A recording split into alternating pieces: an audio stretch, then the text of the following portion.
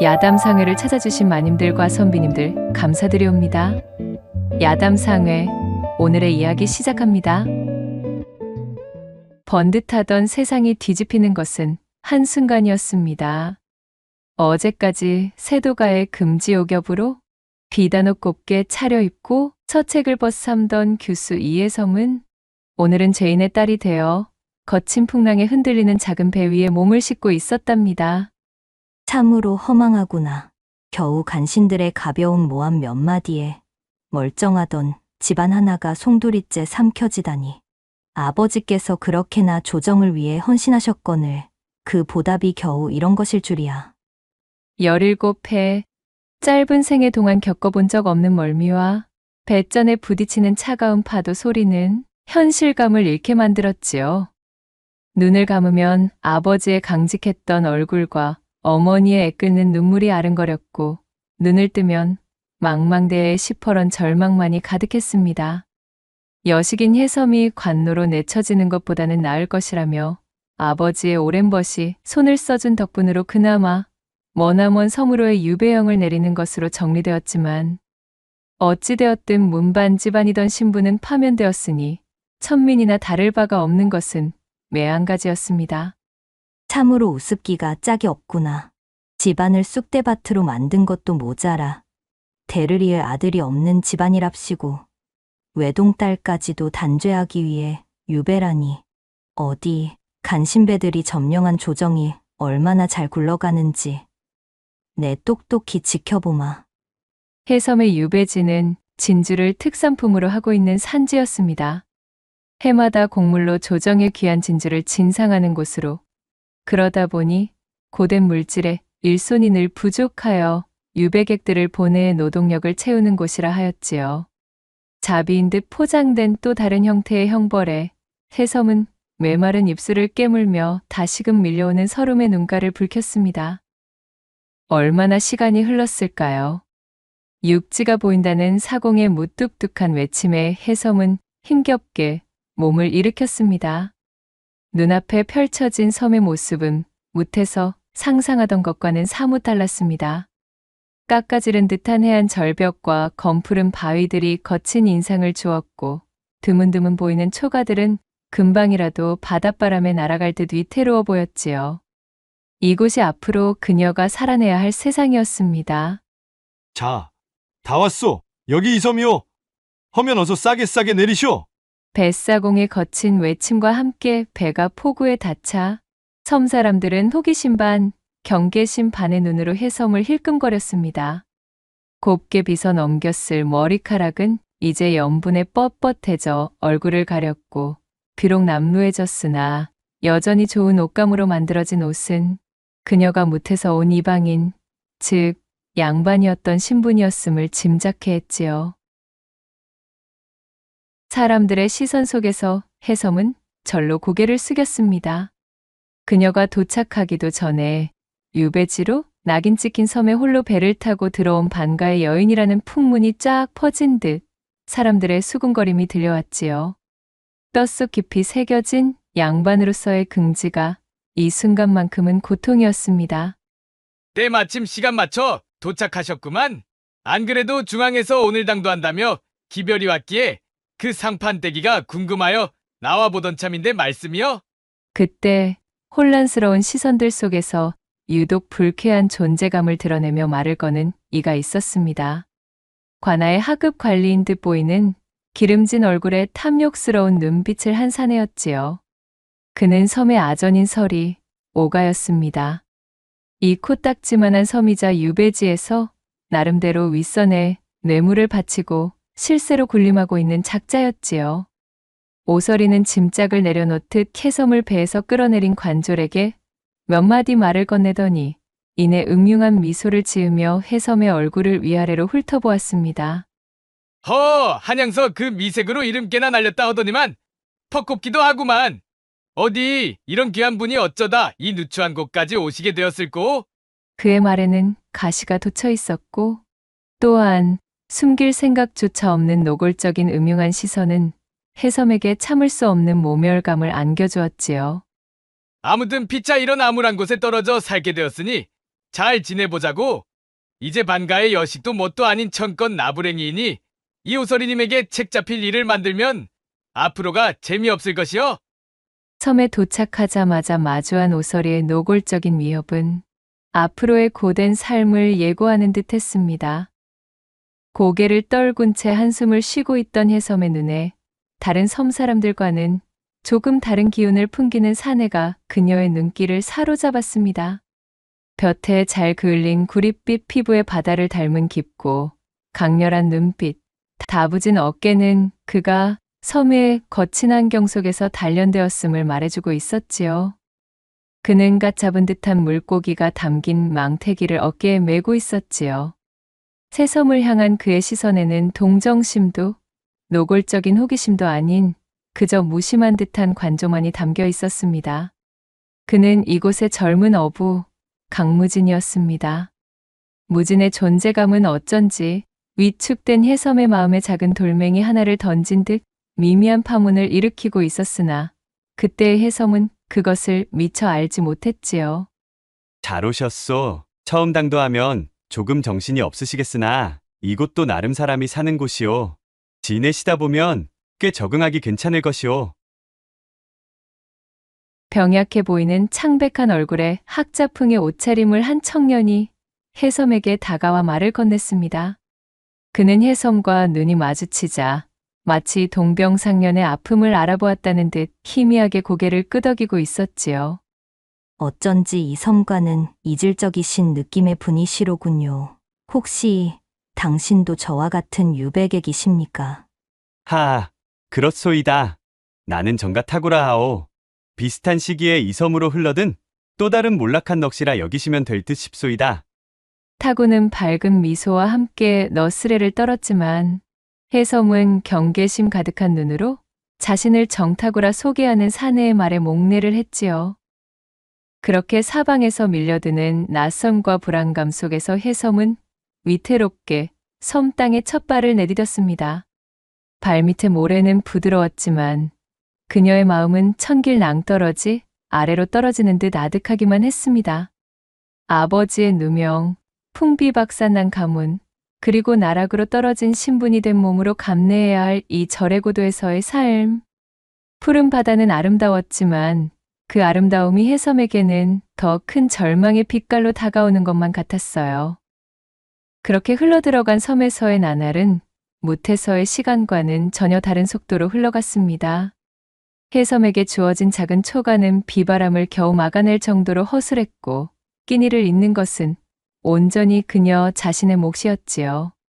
처음 며칠은 망연자실함과 밀려드는 서러움의 문 밖을 나설 엄두조차 내지 못했답니다. 굶주림이 현실적인 고통으로 다가오고 나서야 해섬은 더 이상 과거의 그림자에 갇혀 있을 수만은 없다는 사실을 뼈저리게 깨달았습니다. 다행히도 이웃에는 퇴기 출신의 초매라는 이름을 가진 무뚝뚝한 할멈이 있었습니다. 할멈은 입버릇처럼 혀를 차면서도 새섬의 딱한 처지를 외면하지는 못했지요. 깊게 펜주름 사이로 빛나는 형형한 그녀의 눈빛은 섬에서 보낸 오랜 세월의 지혜를 담은 듯 했습니다. 낯선 땅에 떨어진 어린 새 같은 해섬의 모습을 안쓰럽게 그러나 한편으론 냉정하게 바라보던 할멈이 해섬에게 말했습니다. 쯧쯧, 하초 같던 양반 아씨가 이런 험한 곳까지 흘러들어오니 딱하긴 하지만 어쩌겠어. 그래도 살자면 움직여야지. 과거의 영광은 접어놓고 일단 다시 일어서서 어떻게든 버텨보고 싶다면 갯가로 따라오너라. 그렇게 할멈은 해섬에게 썰물 때 드러나는 갯벌에서 조개를 캐는 법, 바위 틈에 붙어 자라는 미역이나 톳을 따는 법을 가르쳐 주었습니다. 할멈을 따라 섬 생활을 배우기 시작한 해섬은 시간이 지날수록 익숙함을 얻는 대신 고단함과 피로까지 감당해야 했습니다. 섬섬옥수 비단결 같던 해섬의 손은 금세 거칠어졌고 여린 어깨는 지게에 얹힌 땔감의 무게를 버거워했지요. 행여 다른 이들의 눈에 띌세라 새벽 일찍 혹은 해질녘에만 조심스레 움직이는 해섬의 모습은 처연하기 그지없었습니다. 진주를 캐는 잡녀들의 고된 물질을 멀리서 지켜볼 때면 언젠가 자신에게도 닥칠지 모르는 그 운명에 가슴이 서늘해지기도 했답니다.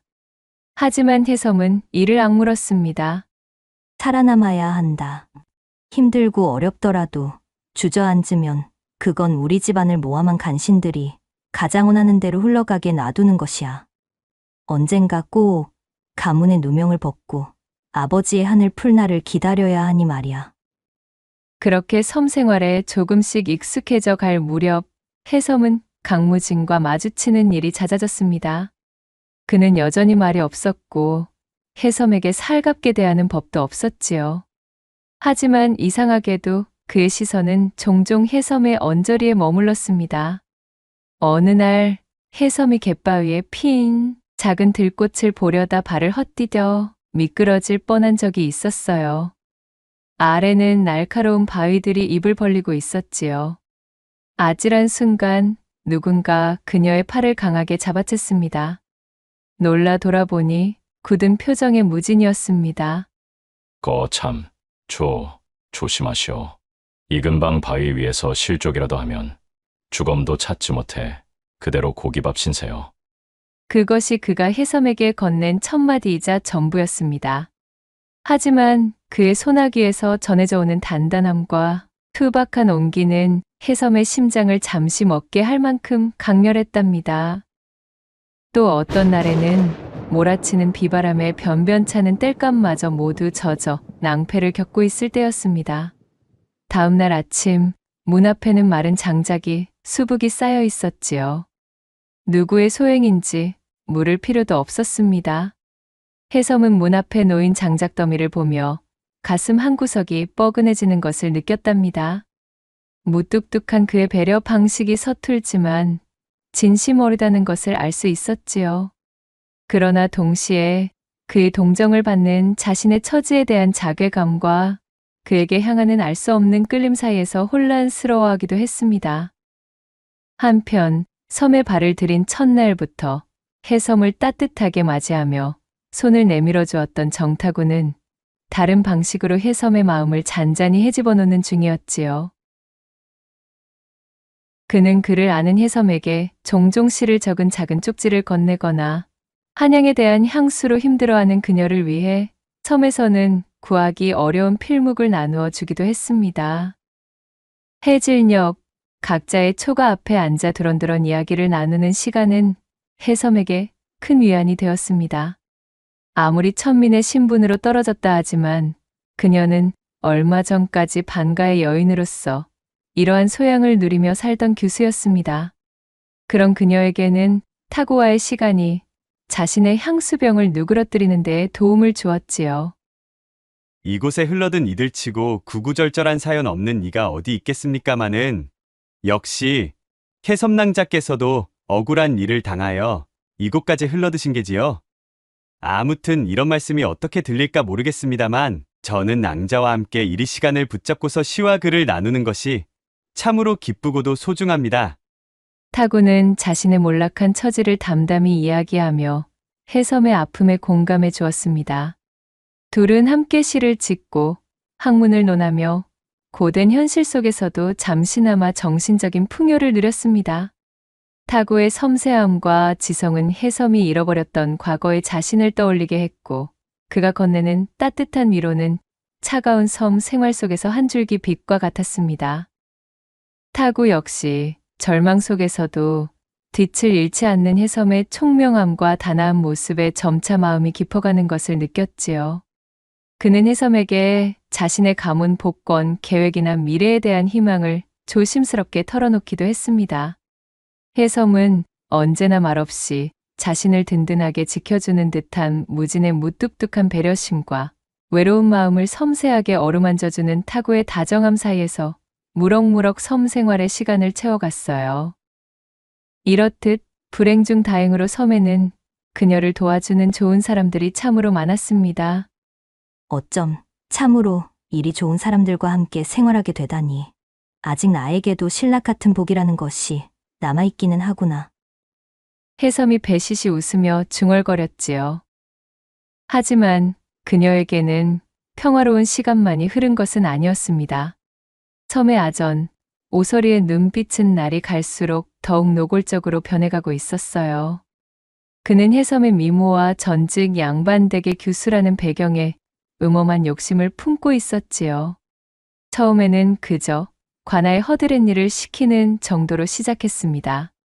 청소나 빨래 같은 이전에는 상상도 할 수 없었던 자질구레한 잡일들이었습니다. 하지만 유배지의 실세를 자처하고 있는 그의 말을 거역하면 좋을 것이 없었기에 새섬은 굴욕감을 애써 누르며 묵묵히 일을 했습니다. 그런 그녀의 태도에 오설이는 점점 자신감을 얻었는지 요구가 점점 더 무리하게 변질되고 있었어요. 호, 이것 봐. 개섬이 보아하니 손끝이 아주 야무진 듯한데 내 관복이 좀 해졌으니 수선 좀 해주지 않겠는가? 설이 나으리, 저는 바느질에 능하지 못합니다. 또한 저는 관비가 아니니 그러한 일은 그들에게 맡기소서. 아니 뭐야? 내년들 양반 나부랭이들은 심심하면 자순이 뭐냐며 시간을 죽치지 않더냐? 헌데 반가의 교수였던 분께서 바느질 하나 못하신다? 겸양도 지나치면 미덕이 아니지. 내 오늘 밤 너의 처소로 관복을 보낼 터이니 내일 아침까지는 마무리해 놓도록 하거라. 그의 말은 명령이었고 거절할 수 없는 압력이 담겨 있었습니다. 해섬은 두려움과 분노로 온몸이 떨렸지만 별 수 없었어요. 어쩔 수 없이 밤늦도록 오설이가 던져놓고 간 바느질감을 붙잡고 수선하였지요. 그것으로 끝났다면 다행이었겠으나 실상은 그렇지가 못했습니다. 그날 밤 불쑥 오설이가 나타나 해섬의 집 살인문을 벌컥 열어젖히더니 수선하기에 어려운 점은 없느냐며 술 냄새를 풍기는 몸뚱이로 들이닥치는 것이었어요. 해섬은 심장이 내려앉는 듯한 공포를 느꼈습니다. 오설이의 추악한 손길이 곧 자신에게 닿을지도 모른다는 두려움이 해섬을 올가매기 시작했지요. 어찌저찌 겨우 둘러대 오설이를 돌려보내고 나면 그 상황을 몰래 지켜보고 있던 초매 할멈이 건너와 말하는 것이었어요. 에고, 저 빌어먹을 능구렁이 같은 놈이 기어이. 해섬이 저 잡놈을 특히 조심해야 혀. 물론 쉽지는 않겠지만 그래도 함부로 문 열어주지 말고 밤에는 일찍 불 끄고 몸을 숨기도록 혀. 물론 초매 할멈의 충고는 근본적인 위협을 막아주지는 못했습니다. 해섬은 오설이의 존재 자체가 섬 생활의 고됨보다 더 짜증스러웠지만 그럴수록 그에게 무너지지 않으려 자신을 다잡았지요. 이런 나날이 이어지는 동안 해섬이 마냥 슬퍼하는 시간을 보내지만은 않을 수 있었던 것은 자신을 묵묵히 지켜보는 듯한 무진이나 위로와 공감을 건네는 타고의 존재가 있었기 때문이었습니다. 그들 역시 유배객이거나 평범한 어부일 뿐 섬의 실권자인 오설이에게 맞설 수 있을지는 미지수였지만 연고도 없는 곳에 홀로 떨어져 외톨이가 된 지금에 있어서는 소중한 인연이 아닐 수 없었지요. 선선한 선바람이 콧잔등을 스치며 지나가는 어느 깊은 밤, 해섬은 이유 없는 불안한 마음에 선잠에서 깨어나 바다를 바라보고 있었습니다. 평상시였다면 아마 고된 노동에 피곤하여 이 파도 소리가 자장가처럼 들려야 할 텐데 두 남자 사이에서 점점 더 희한한 줄다리기를 하고 있는 나의 마음 때문에 참으로 잠을 이루지 못하겠구나. 검푸른 바다 위로 휘영청 달이 떠올랐지만 나의 마음에는 여전히 먹구름이 드리워져 있으니 이 위태로운 평화가 과연 언제까지 지속될 수 있을까? 그녀는 어쩐지 자신의 앞으로 다가올 것만 같은 폭풍우를 예감하며 가녀린 어깨를 더욱 굳게 다잡으며 몸을 돌려 집 안으로 들어갔어요. 훌쩍 다가온 섬의 여름은 무덥고 습했습니다. 연일 계속되는 폭염 속에서 해섬은 숨이 턱까지 차올라 씩씩거리고 있었습니다. 안 그래도 날씨로 인해 불쾌감이 치솟고 있는데 이런 해섬을 지독히도 괴롭히고 있는 것이 또 있었으니 더욱 꼴사나워진 오설이의 집요함이었습니다. 그는 날이 갈수록 해섬을 향한 음심이 노골적이 되어 이제는 대낮에도 해섬의 초가 근처를 어슬렁거리거나 밤늦도록 그녀의 창호지에 비치는 그림자를 감시하는 듯 했어요. 해섬은 초매 할멈의 조언대로 문을 굳게 걸어 잠그고 밤이면 등불마저 일찍 소등하며 숨죽였지만 작심하고 그림자처럼 따라붙는 그의 존재 자체만으로도 숨막히는 분노를 느꼈답니다. 그러던 어느 날 섬 전체를 뒤흔들 듯 거대한 폭풍우가 몰아치기 시작했습니다. 하늘은 순식간에 잿빛으로 변하고 성난 파도가 집채만 한 기세로 해안 절벽을 때렸지요. 가느다란 빗줄기는 이내 장대비로 변해 천지를 삼킬 듯 쏟아졌고 미친 듯이 울부짖는 바람 소리는 해섬의 허술한 초가를 금방이라도 날려버릴 듯 위협했습니다. 해섬은 방 한구석에 몸을 웅크린 채 세차게 흔들리는 문짝을 보며 공포에 떨고 있었습니다. 이런 밤이면 부모님 생각과 자신의 기구한 운명에 대한 서러움이 더욱 사무치게 밀려왔지요. 바로 그때였습니다. 쾅쾅쾅 위태롭게 버티던 문짝이 거칠게 두들겨지는 소리가 들렸습니다. 빗소리와 바람소리 사이로 술에 취해 뭉개진 오서리의 목소리가 희미하게 새어 들어왔습니다. 이봐 해섬이 날이 굳어 걱정되기에 와보았다 이거야. 이 문 열어봐. 괜찮은지 확인해야겠으니 말이여. 해섬의 심장이 쿵하고 바닥으로 떨어지는 듯 했습니다. 그녀는 두려움에 질려 숨소리조차 내지 못하고 문고리를 꽉 붙잡았습니다. 하지만 녹슨 문고리와 낡은 문짝은 맹수처럼 달려드는 오서리의 완력을 당해낼 재간이 없었어요. 굉음과 함께 문짝이 부서져 나가며 술냄새와 비릿한 욕망을 뒤섞은 오서리가 비틀거리면서 방 안으로 들어섰습니다. 번개가 칠 때마다 드러나는 그의 번들거리는 눈빛은 광기로 가득 차 있었지요. 아무래도 그는 그간 내내 벼르고 있던 못된 거사를 날씨가 굳어 아무도 돌아다니지 않을 법한 오늘 치르기로 작정하고 들이닥친 것 같았어요. 이 고고한 양반 아씨가 어찌나 애를 태우던지 그간 참으로 내 꾹 참아오느라 힘들었다 요 말씀이지. 허나 오늘 같은 밤이라면 이것은 비바람과 파도 소리에 그 누가 내년의 소리를 알아차려 주겠냐 이거야. 그렇게 오서리는 비열한 미소를 지으며 해섬에게 다가왔어요. 해섬은 본능적으로 뒷걸음질치며 날카롭게 소리쳤습니다. 오지 마시오. 대체 이것이 무슨 짓입니까? 당장 나가시오. 하지만 그녀의 외침은 폭풍우 소리에 묻혀 힘없이 흩어졌습니다. 오서리의 더러운 손이 해섬의 가녀린 팔목을 거칠게 움켜쥐는 순간 해섬은 절망감에 눈을 질끈 감았습니다. 이렇게 모든 것이 끝나는구나 싶은 체념과 공포가 온몸을 휘감았어요. 바로 그때였습니다. 마치 폭풍우를 뚫고 날아온 매처럼 누군가 맹렬한 기세로 방 안으로 뛰어드는 것이 느껴졌지요. 흠뻑 젖은 채 거친 숨을 몰아쉬는 그는 바로 무진이었습니다. 그의 눈빛은 평소의 무심함은 온데간데 없이 성난 바다처럼 이글거리고 있었어요. 실은 이 미친 듯한 날씨에 홀로 있을 해섬이 걱정되어 불이 나게 달려오던 그는 때마침 문이 부서지는 소리와 해섬의 희미한 비명 소리를 듣고는 쏜 살처럼 들이닥친 것이었습니다. 무진은 어둠 속의 호랑이와 같이 무시무시하게 뿜어대는 안광을 유지하며 단 한마디 말도 없이 곧장 오서리에게 달려들었습니다. 평생을 바다와 씨름하며 다져진 그의 몸은 그 자체로 거친 무기였습니다. 오서리 역시 완력으로 버텨보려 했지만 분노와 결의에 찬 무진의 상대가 되지 못했지요.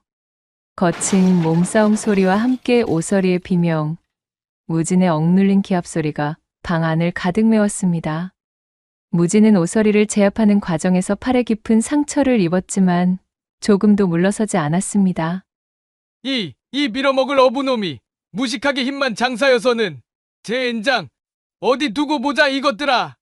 마침내 오서리는 무진의 기세에 눌려 비틀거리며 방 밖으로 도망쳤고 폭풍우 속으로 그의 비겁한 모습이 사라졌습니다. 순식간에 벌어진 일에 해섬은 숨을 몰아쉬며 자리에서 털썩 쓰러져 버렸습니다. 눈을 가리고 있던 공포가 가시고 난 자리에 밀려드는 안도감과 함께 자신을 위해 온몸을 던진 무진의 모습에 넋을 잃고 말았지요. 그의 젖은 옷에서는 상처에서 올라오는 비릿한 냄새가 섞여 풍겨왔고 거친 숨소리는 해섬의 귓가를 어지럽게 울렸습니다. 무진의 강인함과 말없이 자신을 향해 있는 그의 희생, 그 투박하지만 진실된 마음이 폭풍우 치는 밤의 어둠 속에서 그 어떤 불빛보다도 선명하게 해섬의 가슴에 새겨졌습니다. 꽤 괜찮으셔요? 상처가 깊지는 않으십니까? 아니 우선 감사 인사부터 먼저 드려야. 괜찮소이다. 나보다 더 놀라셨을 텐데 오히려 그것이 걱정이군요. 당황하여 말을 더듬거리는 해섬을 안심시키며 무진이 천천히 대답했습니다. 그의 거친 숨소리와 빗소리로 가득하던 방 안은 오히려 정막에 사로잡힌 듯한 이상한 기분까지 느끼게 만들고 있었어요. 그렇게 무진과 해섬이 발갛게 달아오른 서로의 얼굴을 바라보며 보낸 침묵의 시간이 얼마나 지났을까요? 또 다른 이의 다급한 목소리가 들려왔습니다. 해섬 낭자, 괜찮으십니까? 이게 대체 무슨... 그것은 바로 정타구였습니다. 그 역시 이 거센 폭풍우 속에서 해섬의 안위가 걱정되어 찾아온 것이었지요. 부서진 문짝과 상처를 입고 숨을 고르는 무진, 그리고 창백하게 질린 채 떨고 있는 해섬의 모습. 그러면서도 붉게 상기되어 있는 두 사람의 심상치 않은 분위기까지. 타구는 단번에 사달이 벌어졌음을 직감했지요. 그는 무진처럼 직접 몸을 던져 싸우지는 못했지만 이미 오서리의 추악한 악행을 진작에 눈치채고 있었기에 모든 것을 알아차린 그의 눈빛에는 깊은 염려와 분노가 서려 있었습니다. 우선은 상처부터 돌봐야 합니다. 타구는 침착하게 말하며 자신이 가지고 있던 깨끗한 천을 꺼내 무진에게 다가갔습니다. 해섬은 그제야 정신을 차리고 급히 약초함을 꺼내왔지요. 떨리는 손으로 무진의 팔에 난 상처를 지혈하고 약초를 바르며 붕대를 감아주었습니다. 무진은 고통스러운 듯 인상을 찌푸렸지만 해섬의 손길을 묵묵히 받아들였습니다. 그러는 사이 무진의 뜨거운 숨결과 강렬한 시선을 바로 눈앞에서 느끼고 있던 해섬은 그야말로 심장이 폭발하는 기분이었어요. 그녀는 방금 전까지 자신을 짓눌렀던 공포와는 다른 종류의 떨림을 느꼈습니다. 바로 눈앞의 이 산에 거칠고 투박하지만 자신을 위해 모든 것을 내던진 이 사내를 향한 마음이었습니다. 부드러운 위로와 지적인 교감을 주었던 타구에 대한 고마움과는 분명 다른 격렬하고도 깊은 감정의 파도가 해섬의 마음을 온통 뒤흔들고 있었습니다. 폭풍우는 여전히 창밖에서 울부짖고 있었지만 작은 초가 안의 공기는 폭풍 전야보다 더 무겁고 긴장감이 감돌았습니다. 그때 타구가 조심스럽게 말을 꺼냈지요.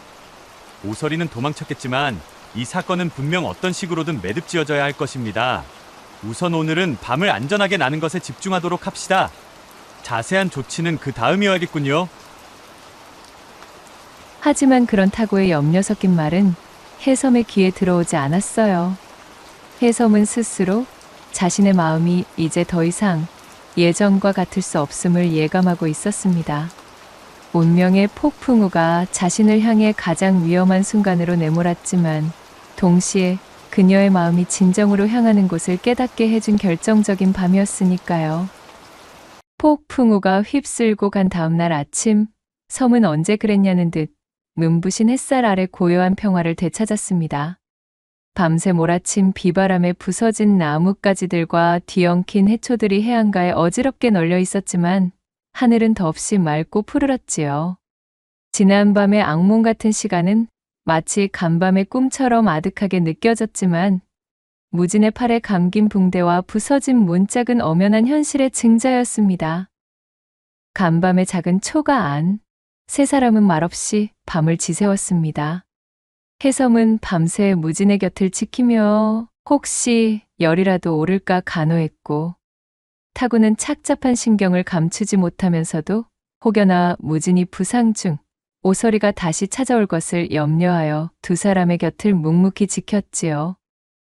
그는 밤새 해섬이 무진을 바라보는 애틋한 눈빛과 그런 해섬의 손길을 고통 속에서도 의지하는 무진의 모습을 보며 이미 모든 것을 어렴풋이 짐작하고 있었습니다. 해섬의 마음이 어디로 향하는지 이미 더 이상 묻지 않아도 그녀의 눈이 향하는 곳은 자신이 아님을 알았지요. 자신의 지성과 위로가 해섬에게 잠시 기댈 어깨를 내어주었을지는 몰라도 거친 풍랑과 같은 위기 속에서 온몸으로 그녀를 지켜낸 것은 결국 무진이었기에 타구는 어금니를 깨물며 아쉬움을 삼켰습니다. 날이 밝자마자 무진은 부상에도 불구하고 몸을 일으켰습니다. 그의 결연한 눈빛은 오서리의 만행을 이대로 묻어둘 수 없다는 강한 의지를 보여주고 있었지요. 가야 합니다. 그가 상급 관리들의 비호를 받고 있든 계란으로 바위치기가 되든 관하로 가서 발과하여 죗값을 받게 만들어야죠. 이젠 더 이상 이자의 만행을 두고 볼 수만은 없습니다. 이는 비단 낭자의 문제에 국한된 것이 아닌 우리 섬의 명예까지 달린 문제이니 오설이 이 찢어 죽일 자를 이대로 방치할 수는 없지요. 무진이 힘주어 이리도 흥분한 상태로 길게 말하는 모습은 처음이었습니다. 해섬은 그런 그를 말없이 바라보다가 이내 결심한 듯 단호하게 말했어요. 저도 가겠습니다. 이 일은 제가 직접 증언해야 하니까요. 지난 밤의 공포는 그녀를 움츠러들게 했지만 동시에 더 이상 숨거나 피하지 않겠다는 용기를 주기도 했습니다. 타구는 두 사람의 모습을 잠시 바라보더니 조용히 입을 열었습니다. 저 또한 힘을 보태겠습니다. 오서리의 평소 행실과 어젯밤의 정황을 논리적으로 증언하여 두 분께 힘을 실어드리지요. 그의 목소리는 차분했지만 그 안에는 불의를 묵과하지 않겠다는 선비로서의 강직함이 담겨 있었습니다. 세 사람은 함께 섬의 작은 관아로 향했습니다. 관아는 폭풍 후 피해 상황을 보고하러 온 섬 사람들로 북적이고 있었지요. 무진이 피 묻은 붕대를 감은 팔을 드러내며 오서리의 만행을 고발하자 그에게 뇌물을 받아먹던 관아의 낮은 관리들은 당혹스러움을 감추지 못했습니다. 때마침 자리를 지키고 있던 섬의 유배객들을 관리하는 하급 감찰관이 이들의 이야기를 듣게 되었습니다. 오서리는 당연히 펄쩍 뛰며 모든 사실을 부인했습니다. 오히려 무진이 술에 취해 행패를 부렸고 자신이 이를 말리려다 생긴 상처라고 강변했지요. 해섬이 떨리는 목소리로나마 용기를 내어 지난 밤의 상황과 더불어 오서리가 그동안 자신에게 가해온 수많은 희롱 및 위협을 증언했지만 증거가 부족하다며 상황은 오서리에게 유리하게 돌아가는 듯했습니다. 바로 그때 타구가 나섰습니다. 그는 침착하고 논리적인 어조로 오서리의 증언에 담긴 모순점들을 조목조목 지적했습니다. 또한 평소 오서리가 유배객들과 섬 주민들에게 저질렀던 크고 작은 비리들과 부당한 처사들을 열거하며 그의 파렴치함을 고발했지요. 그의 말은 자중을 숙연하게 만들었답니다. 그리고 결정적으로 초매 할멈이 군중 속에서 앞으로 나섰습니다. 할멈은 오서리를 매섭게 쏘아보며 입을 열었습니다. 이 늙은이가 다 봤네. 어젯밤 그 미친 바람 속에서 술에 잔뜩 취해 해섬댁 초가로 비틀거리며 가는 것을, 그리고 한참 뒤에 혼비백산에서 도망쳐 나오는 꼴까지 똑똑히 봤단 말이여. 어디서 감히 하늘 무서운 줄 모르고 거짓을 고하는가? 초매 할멈의 우렁찬 목소리와 그녀가 섬에서 오랫동안 쌓아온 신망은 사람들의 마음을 움직였습니다. 여기저기서 오서리의 평소 행실에 대한 불만과 증언들이 터져나오기 시작했지요. 상황은 순식간에 역전되었습니다. 감찰관은 더 이상 오서리를 감싸줄 수 없음을 깨닫고 그의 직위를 박탈하고 즉시 육지로 압송하여 정식 조사를 받도록 명했습니다. 그렇게 섬을 오랜 기간 쥐락펴락하며 다스리던 탐욕스러운 아전의 몰락은 섬 사람들에게 잠시나마 통쾌함을 안겨주었습니다. 사건이 일단락되자 해섬은 비로소 안도의 한숨을 내쉬었습니다. 자신을 짓누르던 거대한 공포가 사라진 자리에는 이제 자신의 마음을 정면으로 마주해야 하는 숙제가 남아 있었지요. 해섬은 먼저 타구를 찾아갔습니다. 해질녘, 노을이 붉게 물든 바닷가에서 두 사람은 조용히 마주 섰습니다. 선비님, 그동안 베풀어 주신 은혜 평생 잊지 못할 것입니다. 낯설고 두려운 이곳에서 선비님과 나눈 글과 대화는 제게 큰 힘이 되었습니다. 해섬은 진심을 담아 고개 숙여 감사를 표했습니다. 타구는 희미하게 미소를 지으며 답했어요. 저 또한 해섬낭자 덕분에 팍팍한 유배 생활 속에서 숨을 쉴 수 있었습니다. 허나 낭자의 마음이 향하는 곳은 이미 정해진 듯하니 제가 더 이상 걸림돌이 되어서는 아니 되겠지요. 그의 목소리에는 씁쓸함이 묻어났지만 해섬의 선택을 존중하는 기품이 느껴졌습니다. 저는 제 길을 가겠습니다. 언젠가 반드시 가문의 누명을 벗고 이곳을 떠나 제가 꿈꾸던 세상을 위해 다시 나아갈 것입니다. 그러니 부디 이제는 해섬낭자의 마음에 배가 당도한 곳으로 가셔서 꼭 행복하시길 바랍니다. 타구는 그렇게 해섬을 향해 있던 제 마음을 추스른 뒤 마지막 인사를 남기고 조용히 돌아섰습니다. 그의 뒷모습을 보며 해섬은 미안함과 고마움이 뒤섞인 복잡한 감정을 느꼈지만 자신의 선택에 대한 확신은 더욱 굳건해졌어요. 해섬은 곧장 무진을 찾아 나섰습니다. 그는 해안가 바위에 홀로 앉아 깊은 생각에 잠겨 있었어요. 지난 밤에 격렬했던 모습과는 달리 석양을 등진 그의 옆모습은 어딘지 모르게 고독해 보였지요. 해섬은 조심스럽게 그의 곁으로 다가갔습니다. 저기, 무진은 천천히 고개를 돌려 해섬을 바라보았습니다. 그의 눈빛에는 여전히 알 수 없는 감정들이 소용돌이치고 있었습니다. 해섬은 떨리는 숨을 가다듬고 용기를 내어 말했습니다. 지난 밤 저를 구해주셔서 진심으로 감사합니다. 그리고 어젯밤의 그 난리통 덕분에 결국 저는 모르는 척 미루고 있던 제 마음의 본심이 무엇인지를 깨닫게 되었지요. 제 마음이 향하고 있는 곳이 바로 당신이라는 것을요. 그간 말없이 저를 돌봐주며 이곳에서의 생활을 물심양면 도와주신 것 다 알고 있습니다. 시시콜콜한 잡동사니 하나에서부터 반찬으로 놓을 물고기까지 당신은 본인을 드러내지 않으면서도 묵묵히 저를 위해 헌신하고 계셨지요. 못내 그것을 외면하며 아닌 척했지만 이제는 저도 더 이상 제 마음에서 벌어진 이 커져버린 연심을 억누르는 것은 한계입니다. 고백과 함께 해섬의 뺨 위로 뜨거운 눈물이 흘러내렸습니다. 그것은 슬픔의 눈물이 아니라 오랜 혼란과 두려움 끝에 마침내 찾은 진심에 대한 확인의 눈물이었지요. 무진은 잠시 아무 말도 하지 못했습니다. 그의 거친 손이 어색하게 허공을 맴돌았습니다. 신분의 차이, 살아온 환경의 다름, 제 아무리 유배지로 흘러들어온 여인이라 한들 그 그릇은 여전히 반가의 규수였기에 무진은 지금까지 자신이 지켜오고 있던 연심이 마치 현실의 벽처럼 느껴졌던 것이었어요. 하지만 무진은 1년의 사태 이후 묵묵히 그녀의 곁을 맴도는 것만이 능사는 아님을 깨달았습니다. 이내 그는 해섬의 눈물을 조심스럽게 닦아주며 낮은 목소리로 말했습니다. 저는 그저 섬에서 나고 자란 비천한 어부일 뿐입니다. 아씨 같은 귀한 분께서 저 같은 놈에게 아니요, 이제 아씨가 아닙니다. 해섬은 무진의 말을 가로막으며 단호하게 말했습니다. 저는 더 이상 과거의 이해섬이 아닙니다. 이곳에서 저는 그저 섬사람 해섬 그 이상, 그 이하도 아니지요.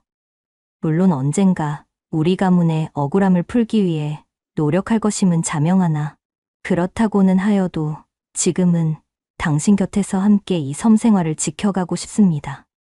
그리할 수 있게 허락하시겠습니까? 해섬의 간절한 눈빛 속에서 무진은 마침내 자신의 마음속 깊이 숨겨두었던 진심을 꺼내 보였습니다. 그의 얼굴에 투박하지만 따뜻한 미소가 번졌습니다. 저 같은 놈이라도 괜찮으시다면 저야말로 아씨 곁에, 아니 해섬낭자 곁에 서 있고 싶습니다. 두 사람은 서로의 손을 꼭 잡았습니다. 거칠고 투박한 어부의 손과 이제는 곱지만은 않지만 단단해진 여인의 손이 그렇게 서로의 온기를 나누었습니다. 신분의 벽도 과거의 아픔도 그 순간만큼은 아무런 장애가 되지 못했어요. 석양빛 아래 마주 선 두 사람의 모습은 한 폭의 그림처럼 아름다웠지요. 그 후로 혜섬과 무지는 섬 사람들의 축복 속에서 조촐한 혼례를 올리고 부부의 연을 맺었습니다. 혜섬은 더 이상 비단옷과 서책에 둘러싸인 교수가 아니었지만 그녀의 얼굴에는 이전에는 없었던 평온과 행복이 가득했습니다. 무진에게 물고기 손질하는 법을 배우고 초매 할멈에게서 텃밭 가꾸는 법을 익히며 그녀는 웃음을 되찾았습니다. 초매 할멈은 두 사람을 친손주처럼 아끼며 종종 맛있는 음식을 가져다 주거나 살림에 필요한 지혜를 일러주곤 했지요. 서툰 솜씨로 남아 무진의 옷을 찢고 그가 바다에서 돌아오면 정성껏 차린 소박한 밥상으로 그를 맞이했지요. 무진은 여전히 과묵했지만 혜섬을 바라보는 그의 눈빛에는 세상 전부를 다 가진 듯한 깊은 사랑과 든든함이 담겨 있었습니다. 가끔 타고의 소식이 바람결에 들려오기도 했습니다. 그는 여전히 섬에서 학문에 정진하며 복권될 날을 기다리고 있다고 했습니다. 혜섬은 그의 앞날을 진심으로 응원하고 있었지요. 섬은 여전히 척박하고 고된 곳이었지만 혜섬에게 더 이상 절망의 땅이 아니었습니다. 푸른 바다는 이제 슬픔의 눈물이 아닌 생명의 잉태와 희망을 상징하는 빛깔이 되었지요. 사랑하는 이와 함께하는 삶 속에서 혜섬은 몰락한 양반 교수가 아닌 자신의 삶을 스스로 개척하고 사랑을 지켜낸 강인하고 아름다운 여인으로 다시 태어나게 되었어요. 해질녘 혜섬과 무지는 나란히 손을 잡고 붉게 물든 바닷가를 거닐었고 멀리서 들려오는 파도 소리는 이제 자장가처럼 평화롭기만 했다는 후문이 옵니다. 낭독해드린 이야기가 마음에 드셨다면 구독과 좋아요, 댓글로 야담상회를 응원해 주셔요. 늘 잊지 않고 야담상회를 찾아주시는 마님과 선비님들 시청해 주셔서 참으로 감사하옵니다.